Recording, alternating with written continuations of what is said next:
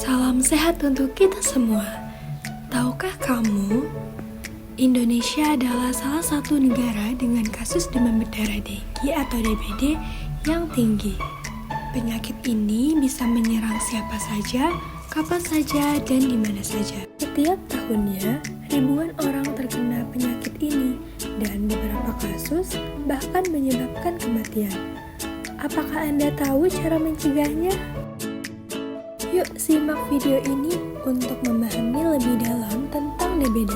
Demam darah denggi atau DBD adalah masalah kesehatan utama di daerah tropis dan subtropis.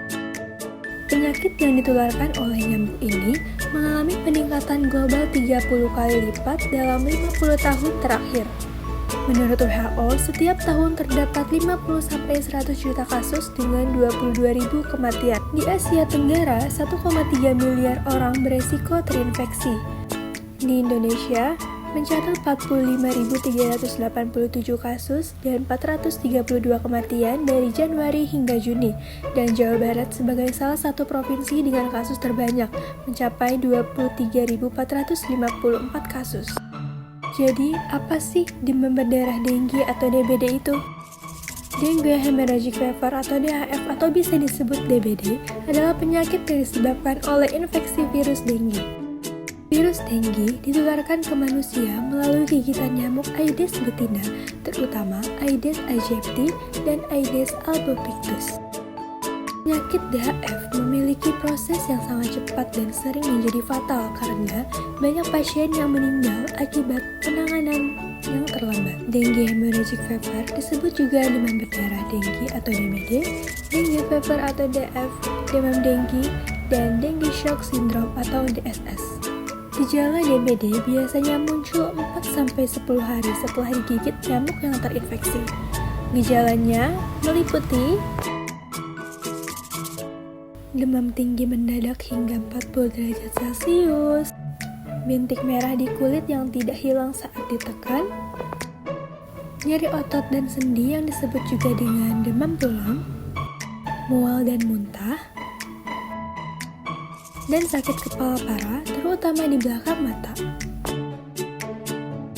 Bagaimana nyamuk Aedes aegypti menularkan virusnya?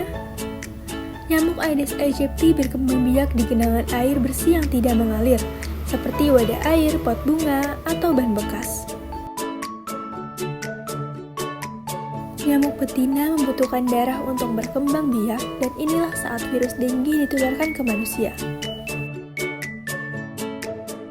Nyamuk ini aktif menggigit pada pagi hari hingga sore hari, dengan puncak aktivitas sekitar pukul 9-10 pagi dan 3-4 sore. Karena itu, penting untuk melindungi diri pada waktu-waktu tersebut.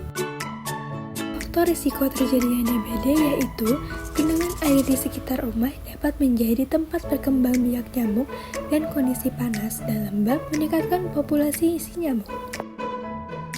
Aktivitas manusia, kegiatan luar ruangan meningkatkan risiko gigitan nyamuk. Edukasi masyarakat sangat penting untuk menurunkan angka DBD. Mulai dari anak-anak hingga orang dewasa perlu memahami cara pencegahan DBD. Nah, ini ada cara pencegahan dengan 3M+.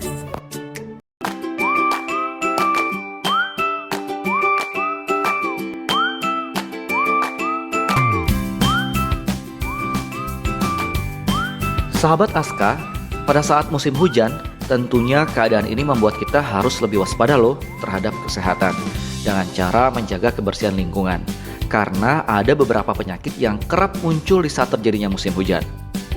Pada saat musim hujan, serangan penyakit demam berdarah akan semakin sering, sehingga dibutuhkan langkah-langkah untuk pencegahan penyakit demam berdarah. Salah satu caranya adalah dengan melakukan langkah 3M+. Nah, apa itu 3M+? Tahu nggak? Berdasarkan sejarah, penyakit DBD pertama kali ditemukan di Indonesia dengan angka kematian tertinggi terjadi pada tahun 1968, yaitu di Jakarta dan Surabaya. Data dari Kementerian Kesehatan Republik Indonesia menunjukkan kasus demam berdarah denggi atau DBD di Indonesia hingga Juli mencapai 71.633 kasus. Kasus demam berdarah ini terjadi karena perilaku hidup manusia atau masyarakat yang kurang memperhatikan kebersihan lingkungan.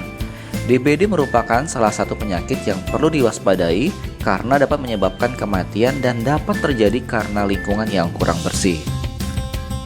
Nah, sahabat, penyakit DBD ini adalah penyakit yang disebabkan oleh virus Dengue yang ditularkan dari orang ke orang melalui gigitan nyamuk Aedes aegypti dan Aedes albopictus. Nyamuk ini memerlukan waktu sekitar 10-14 hari untuk bermetamorfosis, mulai dari telur, menjadi larva, menjadi pupa, dan terakhir hingga menjadi nyamuk dewasa. Lantas, bagaimana ya penularannya?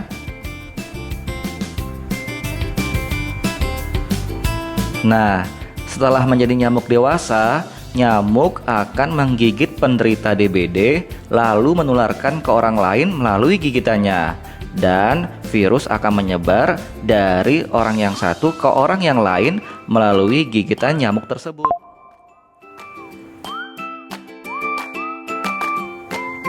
Apa saja gejala DBD? Biasanya ditandai dengan demam tinggi mendadak, sakit kepala, nyeri di belakang bola mata, mimisan atau gusi berdarah, sakit di sekujur tubuh, mual, serta adanya bintik kemerahan di bagian permukaan tubuh pada penderita. Pada umumnya, penderita DBD akan mengalami 3 fase demam selama rentang 2 sampai dengan 7 hari. Pada fase pertama, hari ke-1 sampai ke-3, penderita akan merasakan demam yang cukup tinggi.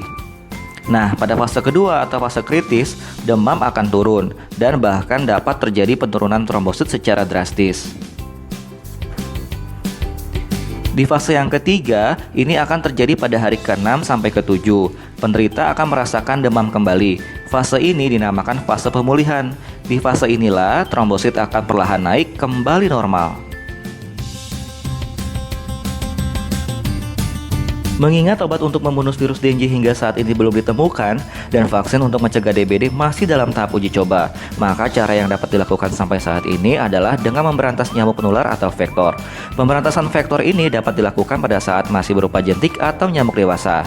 Salah satu caranya adalah dengan melakukan langkah 3M+.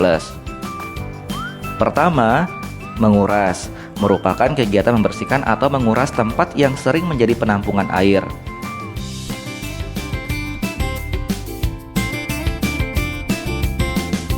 Kedua, menutup. Merupakan kegiatan menutup rapat tempat-tempat penampungan air seperti bak mandi maupun drum.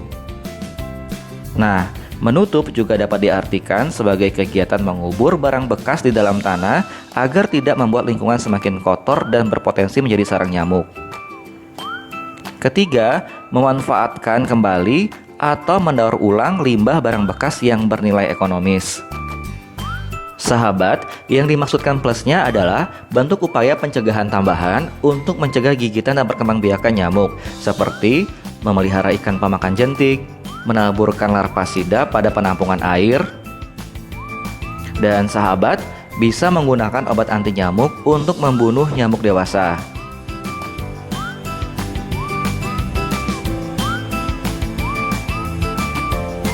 Memasang kawat kasa pada jendela dan ventilasi. Tidak menggantung pakaian di sembarang tempat, menanam tanaman pengusir nyamuk, dan sebagainya. Masyarakat diharapkan untuk sangat berperan dalam hal ini. Oleh karena itu, langkah pencegahan yang dapat dilakukan adalah upaya pencegahan DBD. Dan kita sosialisasikan setiap orang untuk menjadi jumantik atau juru pemantau jentik di rumah masing-masing dan memastikan rumah kita tidak ada sarang nyamuknya. Selain itu, deteksi dini juga sangat krusial untuk menghindari komplikasi. Jika Anda tahu keluarga mengalami demam lebih dari 2 hari, segera periksa ke dokter. Dokter mungkin akan melakukan tes darah untuk memastikan apakah Anda terkena DBD. Pengobatannya biasanya melibatkan istirahat total, asupan cairan yang cukup, dan pengawasan dari medis. Nah, sekarang Anda sudah memahami kan apa itu demam berdarah, bagaimana cara penularannya, dan langkah-langkah pencegahannya. Ingat, DBD adalah penyakit yang bisa dicegah. Dengan menjaga kebersihan lingkungan dan melindungi diri, kita bisa melindungi keluarga dan orang-orang terdekat kita dari bahaya DBD. Terima kasih telah menonton. Bersama, kita bisa melawan DBD.